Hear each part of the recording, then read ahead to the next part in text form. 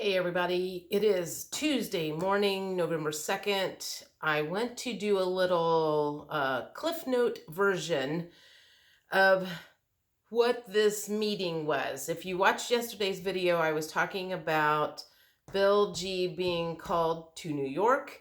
I watched his live version last night on D Live, so you don't have to watch 2 hours and 15 minutes worth of stuff. I'll just do a Cliff Notes, and if you want to go watch it, I'll tell you how. So, starting back from yesterday, he had gotten a call on Sunday night to be on a plane, and they were taking him to New York for a meeting. He did not know what it was about, and some of us were on pins and needles yesterday waiting to hear what it was. He finally did. He sent a message out that he was going live at 7. I quickly downloaded the D Live app on my phone because I wanted to see what he had to say instead of wait for it to be a replay on Rumble. He said he was taken on a private plane. They ended up at a little Italian restaurant somewhere in New York, and who he ended up meeting were basically the main players that did communications for Q, I guess is the best way to say that. And that they had never all been in the same place at the same time before. He knew who a couple were. He had met a couple in person. They all had different sources, but they had never come together as one, and they were not previously able to share the information that they had, other than with like whoever their audience was. So he said they gave them all menus, and they opened up the menus, and there was a little card, and all it said was talk. So there wasn't any other instructions other than that. But the main thing is that him and 5 other people who had sources from probably the inner circle sat and discussed what they knew. And he said what he figured out was he thought he had 90% of the information, and after that meeting he realized he had only had 60% of the information. But the good news, and what that means for all of us out here, is now that they are letting everybody in, there should be some more consistent information coming from this particular group of people, because they are getting their information from the main inner circle who knows what's going on, who's kind of directing things from above, we'll say. The one thing that he did say, which I have heard before from JCK, was that 90% of the information that is coming out is disinformation. And he said that we will all be very disappointed to find out that some of the people that we love and follow are paid to send out disinformation. And he didn't give names. He wouldn't give names. And just basically said, use your discernment.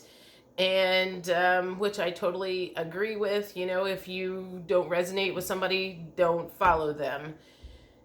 So that'll be interesting to see in the wash who fooled us and who did not. So he kind of, after that kind of description, he did a question and answer thing. And you might be interested in going onto that. I think, skip past the first 45 minutes and get to where he starts doing some question and answer. Now, I will tell you, he had 100,000 people on this live last night. So that's a lot of people. Anyhow, one of the things that he talked about, some med beds, he talked about a lot of different stuff. Go watch that if you want. That part was interesting. I have not convinced myself that I am a believer of the flat earth stuff. But I will say this, go watch this part. He had a baseball, and he was like doing a demonstration of like the sun, and he was talking about NASA says this does this, and this does this, and this does this, and this does this, and he goes, and the stars are always in the same place. How is that possible? And when you listen to him say that, it makes you think, well, there might be some point to that. So anyway, he has a way of putting a different perspective on things, and I appreciate that. The one thing that I have learned in this last year and a half or so is I am to the point where I can almost believe anything because we have been taught that so much of the stuff that we were taught is lies. So I'm going to say keep an open mind. Again, the first time I heard certain things, I was not open enough to believe that. And then as I have heard other perspectives, things, I look at things a different way. So it'll be interesting. I do think he didn't give any dates or anything, but I think, when he did his video last night, he was very tired. He had only had like 3 hours of sleep in the last 24 hours. So I imagine he needs to kind of go home and do a lot of processing of the information. He said that and one of the things that he said is kind of like the people that their sources is kind of like whistleblowers in a way that instead of, coming out in the news or whatever, or the way they do it, they wanted trusted sources or trusted people that would report it instead of, because we all know you cannot go to mainstream media to get any kind of correct information out. So they had to find a way to get correct information out to the public, and this little group was one of the ways that they did it. Each individual one had a following, and we may watch some of the other people in his group and not even know it. And like I said, he didn't even know that who all was in the group until he met them all in person. So I think some of the information, if it's on that same page, will start being consistent. And read into that. If you start seeing someone that you think is someone that you really like and follow, and they're saying something completely different, just keep that in mind, I'll say. So I think that's it.